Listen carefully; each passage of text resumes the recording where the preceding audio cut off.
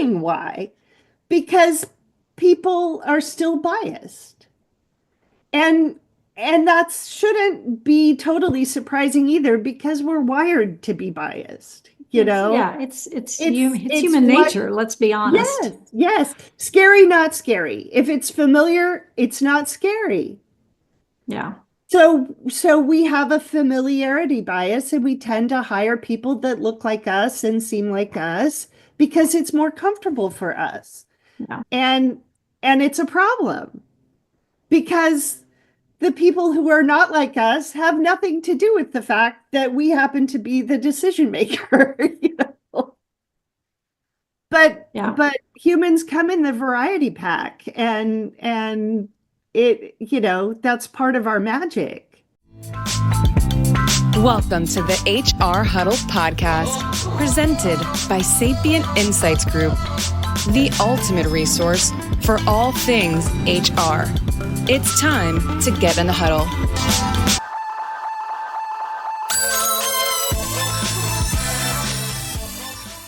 Hello, everyone. Welcome back to the HR Huddle. I'm your host, Teri Zipper, CEO and Managing Partner at Sapient Insights Group, and I'm back for another exciting episode of HR We Have a Problem.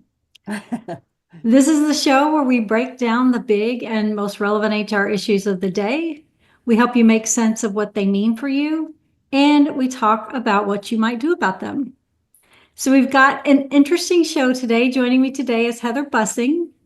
Heather is an employee attorney. She's an author, a writer, a law professor. She's been around HR technology for a long time. Welcome, Heather. It's great to have you. I'm delighted to be here. It's always fun to talk about pay equity. Well, you cover a lot of ground when it comes to employment law, and a lot is changing, especially on that front. You know, federal, state, local laws, global challenges, new EU directives. I mean, it's hard to keep up, right? Oh, yes. I do a daily newsletter on the latest in employment law at salary.com. And I have learned so much. And I am so much more aware and can connect dots because I do it every single day. And it's been an extraordinary education. It is hard to keep up. Yeah. Well, and I mean, compliance is really table stakes. And what we've learned about organizations that are seen as strategic, especially from an HR perspective, is that they've got their compliance house in order. So Yeah. I thought we'd talk about what's coming in the next couple of years, what impact new legislation might have on businesses, and maybe what some solutions might be. Does Okay. that sound like a good plan to you? It's always a good plan. All right, then let's get into the huddle. So, talk a little bit about your background first. I know I didn't do it much justice, just kind of the high level bullet points, but talk about your background, get some of the work that you're doing, and also at the same time, what drew you into HR tech, right? Because Okay. those two things aren't necessarily the same. Just going into employment law doesn't draw you to HR tech. So I'm curious what drew you there. Oh, it's a good story. So about 20 years ago, I fell in love with this guy named John Sumser. And he was sort of a leading voice in HR technology and, sold the first banner ad on the internet. That so he loves technology and he loves HR and he has been thinking hard about this stuff. And so we started talking about issues and I would talk about the legal stuff and he would laugh at me because, it's like that's not how it works. And so as our relationship developed, he was on the road a lot. And if I wanted to spend much time with him, I started traveling with him when I could. And but I was just, I didn't want to be the spouse or the sidekick. So I took my camera and started taking pictures. And the conferences started hiring me to come and take pictures. And by going to the sessions and being around it, I learned an incredible amount and living with an expert. And so I started blogging at recruiting blogs about employment law and HR tech.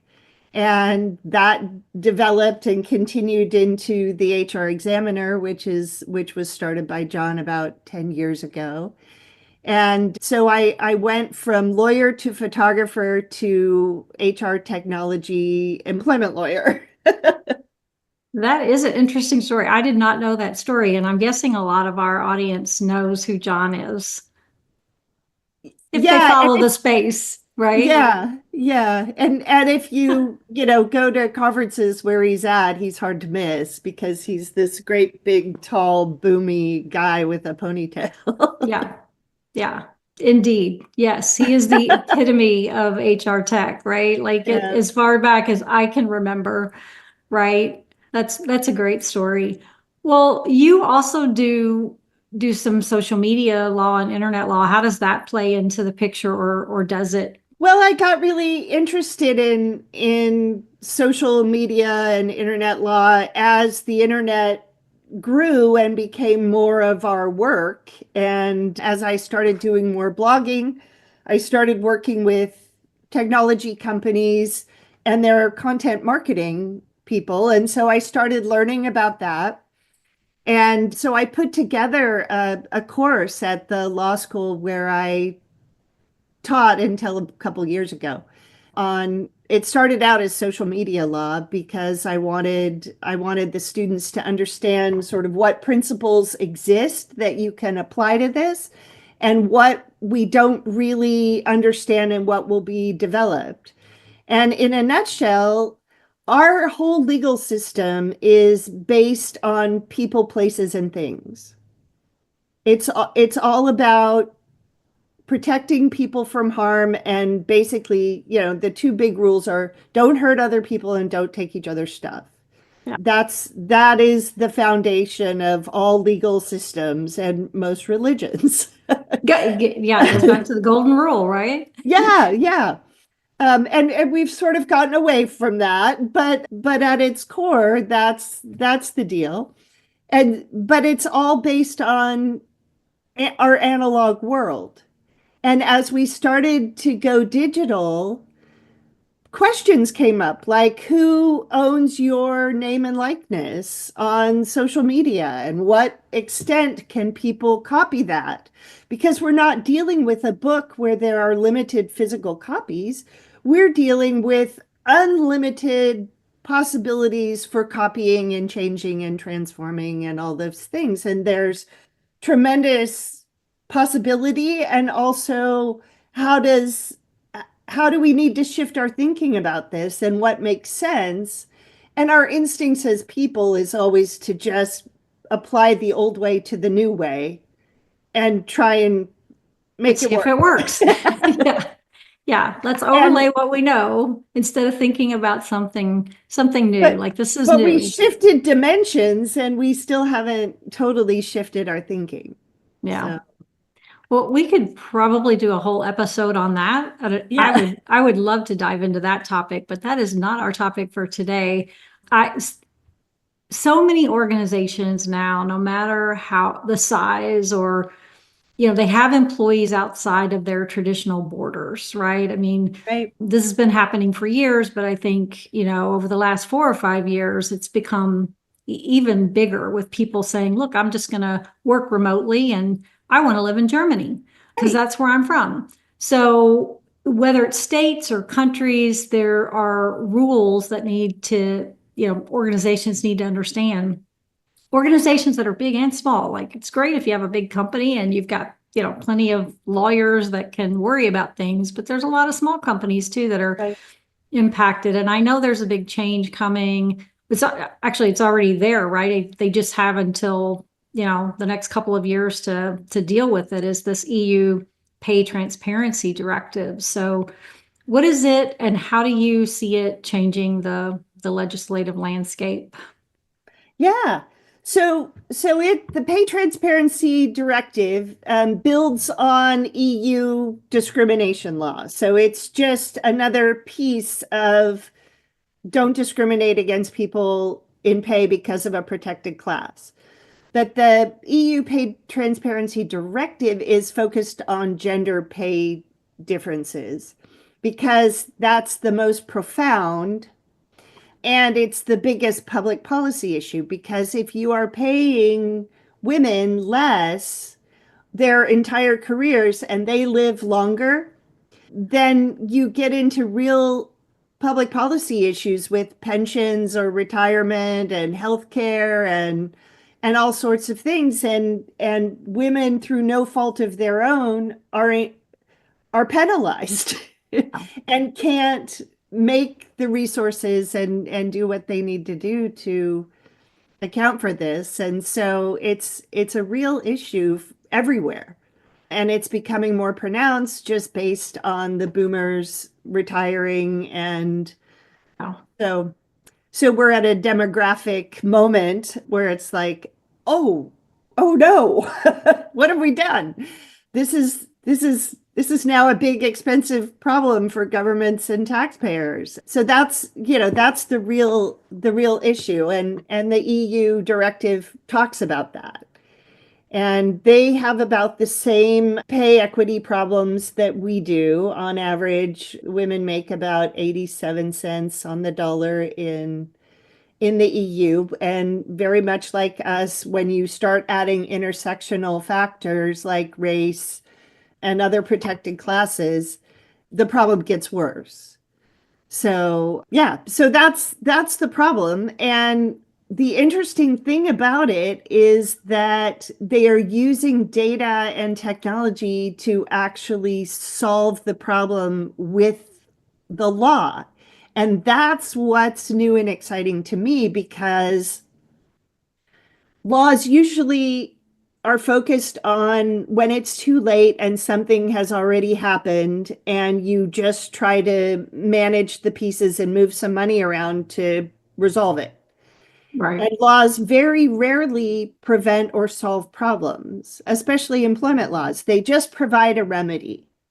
And the remedy is a penalty of some sort. And with employment laws, it's also attorney's fees, because we want to incent those remedial actions. But rarely do we get a law where someone thought it through and said, how do we stop this problem from happening in the beginning? Right. Yeah. Ding! Wouldn't that be cool? Wouldn't that be nice, right? I mean, how do we make it we how do we make it a tool versus an obstacle, right? It's standing in our Exactly. way, but it is something that makes sense, right? It's something Right. that we should be thinking about and dealing with. But it also, as you said, I mean, data becomes a critical issue here. Like, we have to know, are they really Exactly. doing equal work? I mean, Yeah, yeah, right? yeah. So So, let me just give a rundown of what it's required, and then we can get into the fun parts. But okay, but there's two pieces. There's pay transparency. So candidates get to know before the interview what it pays, and they get to know some of the information about what justifies the pay. Employees get to know what are the objective criteria that make up my pay? What are the criteria for getting a raise? What are the objective criteria for getting a promotion? And so that all has to be thought through. And then there's the reporting. So the transparency stuff applies to all EU employees. So if you have any employees, the transparency applies to you. The reporting applies to employers with 100 or more employees, at least 100. Yeah. So, and they will be reporting their pay gaps. So in the US, a few states like California, Massachusetts, Illinois require employers to report pay data in the EEO1 job categories. There's 10 of them. They're very general. It doesn't right, tell you a lot, but it tells you something, along with demographics on gender and race. So that would tell regulators, if it showed a big problem, It might say, okay, we have to go look at this, but it's still very primitive. And what the EU is going to do is have employers do a pay equity analysis and then report the results of their pay equity audits. So that's a big shift from what are we paying, and it requires employers to actually think through their jobs, look at their work in terms of skills, effort, and responsibility, and analyze their pay and do that multivariate regression analysis to see if women and people of color are generally paid less. And then if you have a pay gap of more than 5%, the employer has to work with employee representatives to investigate it, figure out what's going on, and fix it. And nobody's ever had a fix it law. You know, the our Right. employment laws, if the EEOC comes in or the state civil rights agency comes in, they will look and say, hey, fix it.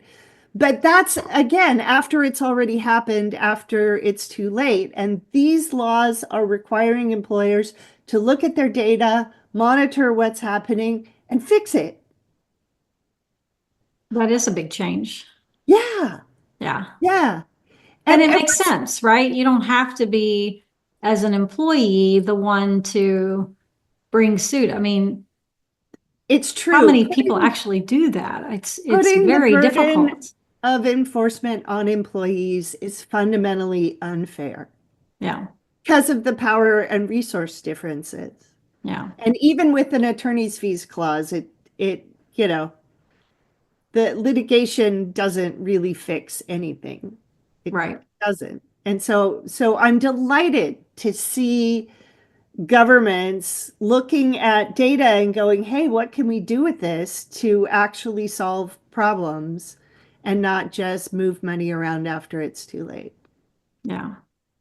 Have you worked with any organizations that have kind of brought you in and said, how do we just like deal with this, right? How do we, you know, get ahead of the law? Because granted, that same law is only going to apply to US based companies if they have employees in the EU, right? Right. I mean, there are states here that are doing more and more, but it's definitely not the same level here in the US, at least not at this point. Yeah. Well, it's so funny. It's so funny. Every time I give a talk at a conference, somebody will come up to me afterwards and go, you're a lawyer. How do you get out of this? Yeah. How do I beat it versus, Yeah, how do I beat this? solve And the problem? yeah, and my answer is always, compliance eliminates risk. What if you actually tried to solve the problem?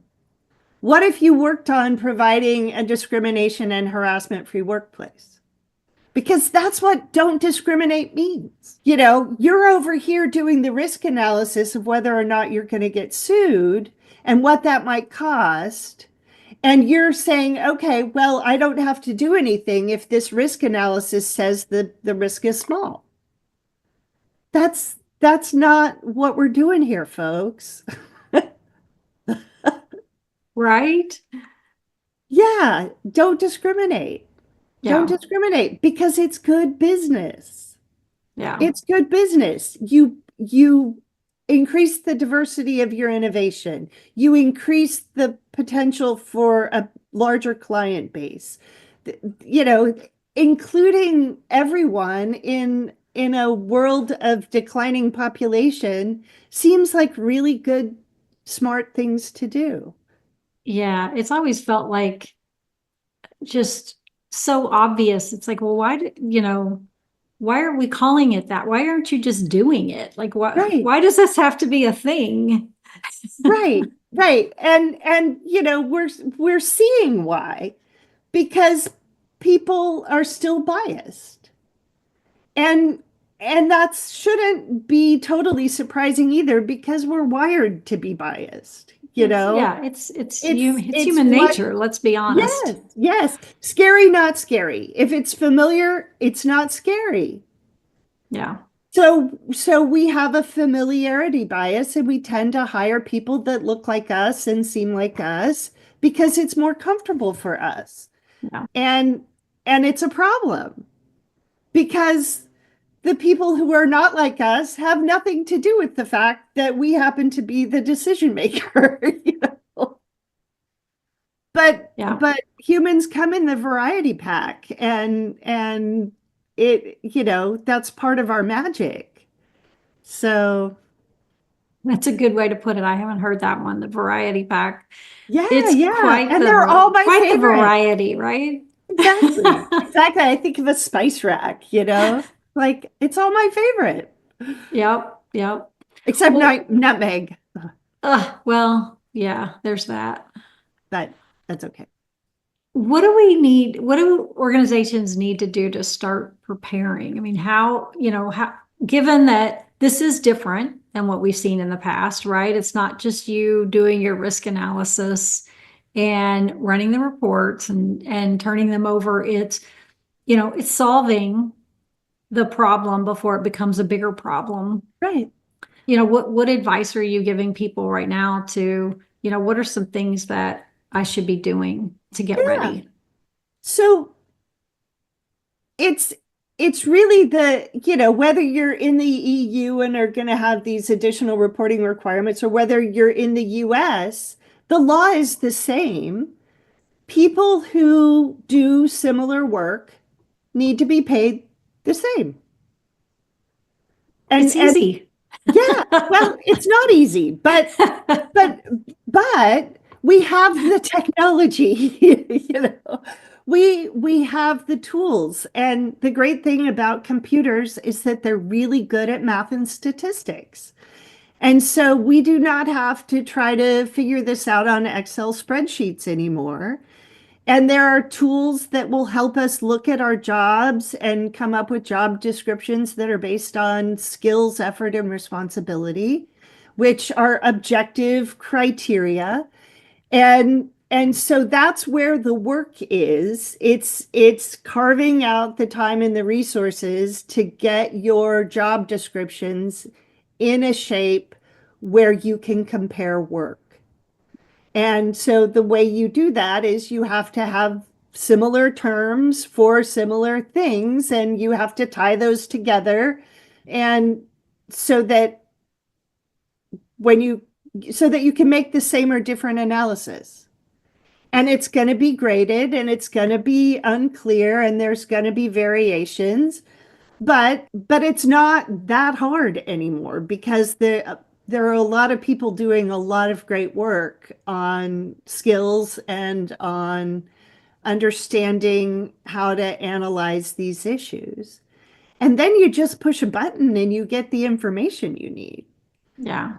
Skills is a hot topic right now, and this is one of the reasons, right? We've got to get to the bottom of that. And a lot of people are redoing their job architecture. I mean, they just don't have it's gotten unwieldy, right? It is something that requires maintenance. Right. And just like skills, you can't put that in place and just let it sit for 10 years. Right, right. Um, No, you know, it's just like you have to replace the roof yeah, every so often. Well, we're at an inflection point where we need to reframe the way we do our job descriptions so that they're useful and we don't have them all over the place and there are many flavors of job descriptions too, depending on what problem you're trying to solve, you know. yeah, Are we looking at a workers' comp situation where someone's coming back from work? We need to know how much they lift, you know. That's going to be not that important in a pay equity analysis, but because it's going to be one of many, many factors. yeah, And and so you need people who understand this and it's harder because executives tend to be fairly far away from the work itself. So the people making the decisions about how we're going to do this and what tools we need are often don't really understand what the work is like. Yeah. And so that's another problem where I see employers going, oh, well, let's and the truth is that the sales guys for the HR tech companies don't know what the work is like either, That especially is at their true. client's organization. Yeah. Yeah. So we all need to get more familiar with how we think about this and how we apply the tools and how we use them. But then it's just math. Yeah. Who in the organization do you see taking the lead on this? I mean, obviously HR for obvious reasons and people in comp for other obvious reasons, but do you see other people in the HR function really focused on this problem and, working with the rest of HR to try to solve it? No. But this is finance gets dragged in, right? Because this is Mm-hmm. money and people and pay is always the biggest line item. So you can get executives' attention with this stuff because it really has to do with money. But they balk at the time and effort it takes to get it right Yeah. But because I it would, seems like extra, yeah, it, you it know, does, right? yeah, Especially when you have 10,000 employees and you're trying to solve backwards, right? right, But right. once you get a plan and solve for it, it should make it a whole lot easier going forward, right? And Yep, maybe that's what this, EU Pay Transparency Directive will end up doing is kind of forcing people into that, having the plan versus having you're relying on your risk analysis. I mean, risk exactly. analysis is great for a lot of things, but there's some things that just need to be solved for. Yes, exactly, exactly. And we don't have an excuse anymore to not look at our data. It's Yeah. there. The law requires us, to not only make decisions based on what we know, but what we reasonably should know. And if you don't have sort of basic people analytics and demographic data that you're tracking, it won't save you. Yeah. Well, So and the data is getting better. I mean, it still is, data is still a challenge, right? It's of still course. only as good as the time you take and the investment you make into how you're going to manage that data. Exactly. But given the importance of that now with everything we're trying to, how we're trying to really drive businesses forward and AI and Gen AI, some of the things that we think we can do with, having clean data is going to be critical. So that, and for the same reasons we're talking about right here, from a legal perspective, you could spend months trying to sort that out if you get audited, right? Right.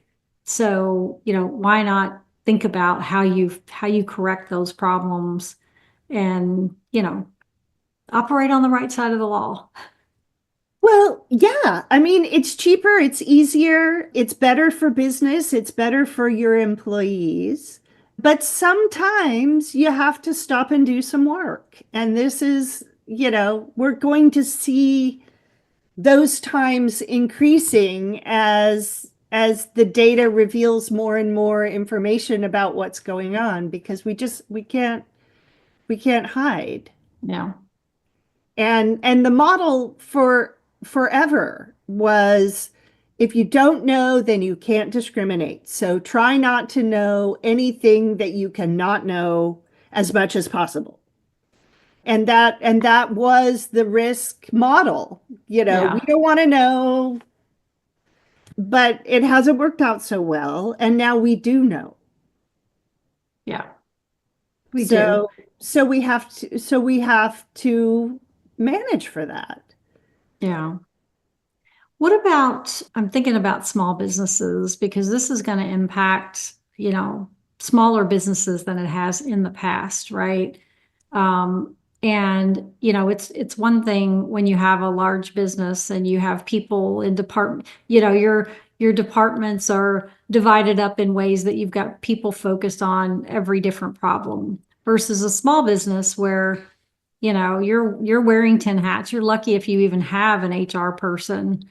I don't know who's thinking about the problem in some of those organizations other than their legal team, Yeah, right? yeah, If they have one of those. I mean, I've worked with some small companies recently who didn't that their legal team was outsourced, so they only went to them when they had a problem. It's not like they were helping them, right. sort of decide how they operate on a day-to-day basis. So, this is going to be sort of a surprising answer, but small businesses don't have pay equity problems because they don't have people doing the same job. Yeah.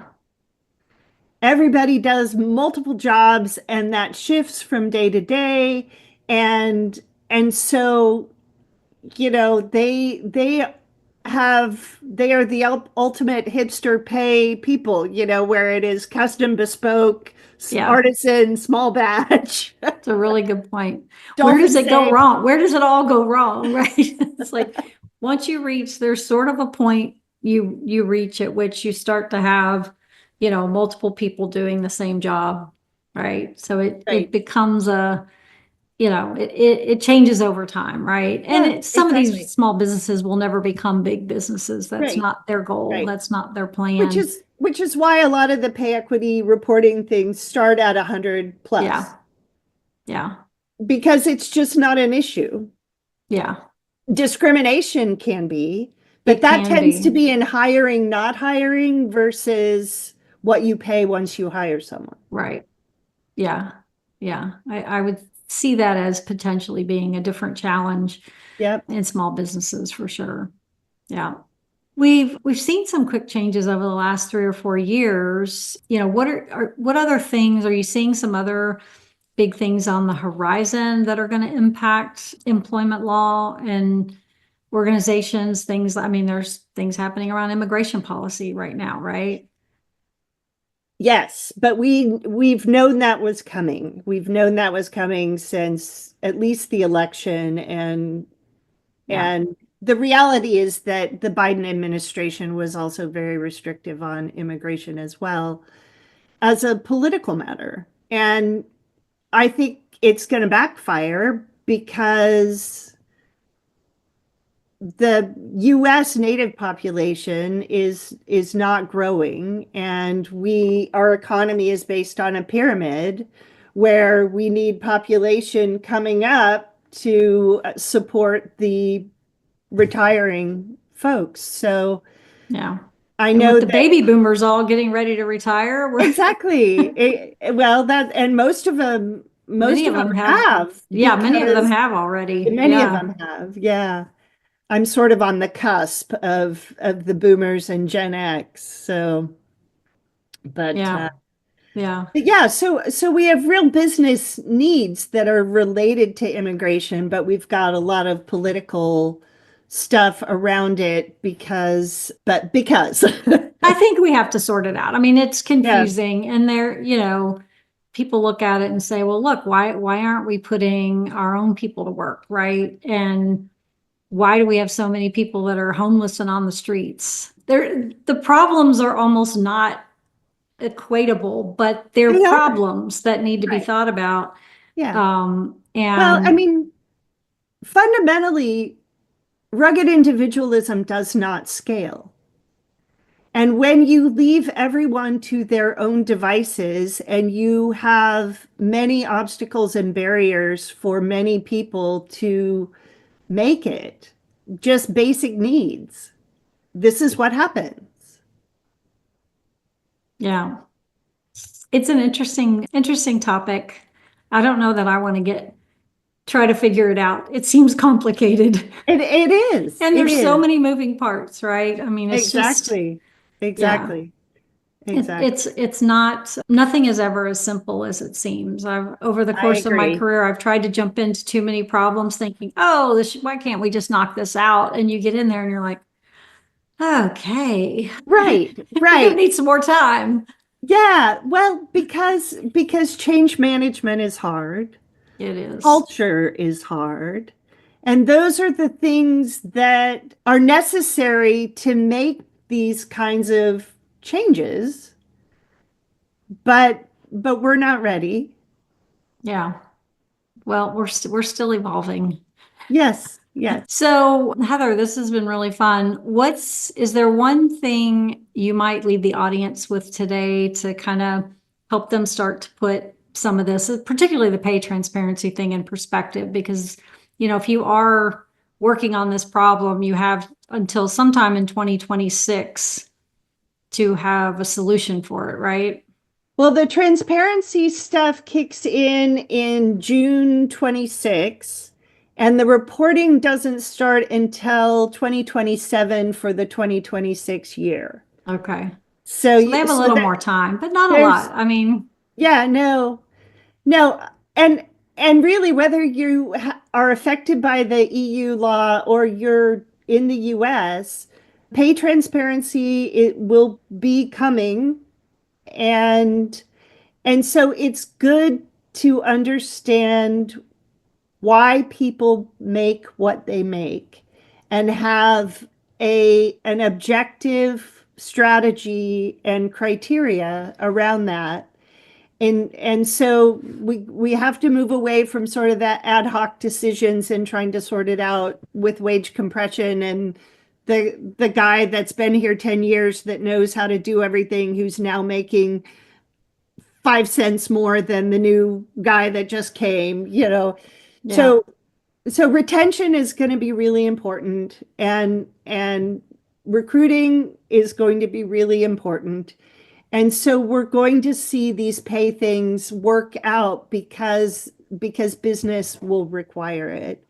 And so just get ahead of it now yeah, and start working on your pay equity, and I believe that if you do that work, that will help you move into the skills thinking about work and hiring, and new career paths will open up, and there's a lot of change that's possible, but the important thing is to think about your business, what's good for your organization, what problems are on the ground there, what are your priorities. But compliance is always a good strategy. yeah.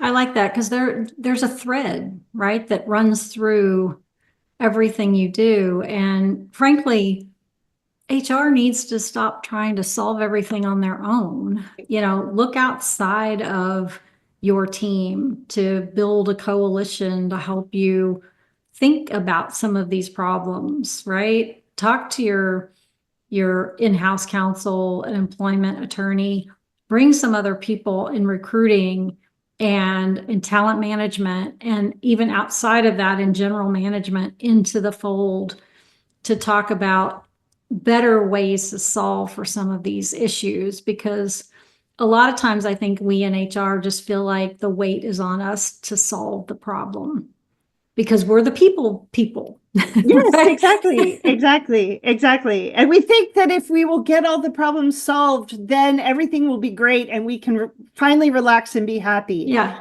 And I can tell you that never ever works. Yeah. So pick Yeah. what you're going to work on today. Yeah, I love it. Well, this has been fun. I really appreciate you joining me today. Where can people find you? You mentioned your newsletter. Can you mention that again? I'd love for people to check that out. Salary.com. If I post a link to the newsletter on LinkedIn, so Okay. you can find me on LinkedIn at Heather Bussing. All Um, right. and I'm also on Blue Sky, where I post some of my photography and make bad puns with friends. But Ooh, I'll have to you're check that welcome to out. you're welcome to join in. Yeah, definitely have to check that out. Well, this has been great. Just want to note, be sure to listen to Stacy and Cliff next week while they spill the tea on HR tech. I Nice. want to thank everybody. I want to thank our producer, Kelly at Brand Method Media Group. I want to thank our marketing team, Cindy and Summer, who do a great job of getting this out there to our audiences. And thank you for tuning in. That's all the time we have for this week's episode of HR We Have a Problem. If you enjoyed the episode, you can subscribe to it on your favorite podcast app or leave us a review if you have a minute. You can also drop us a line or schedule a chat on the website. We'd love to hear from you and hear about what topics you want us to talk about. We will be back in 2 weeks with another episode of HR We Have a Problem. Thanks, everybody.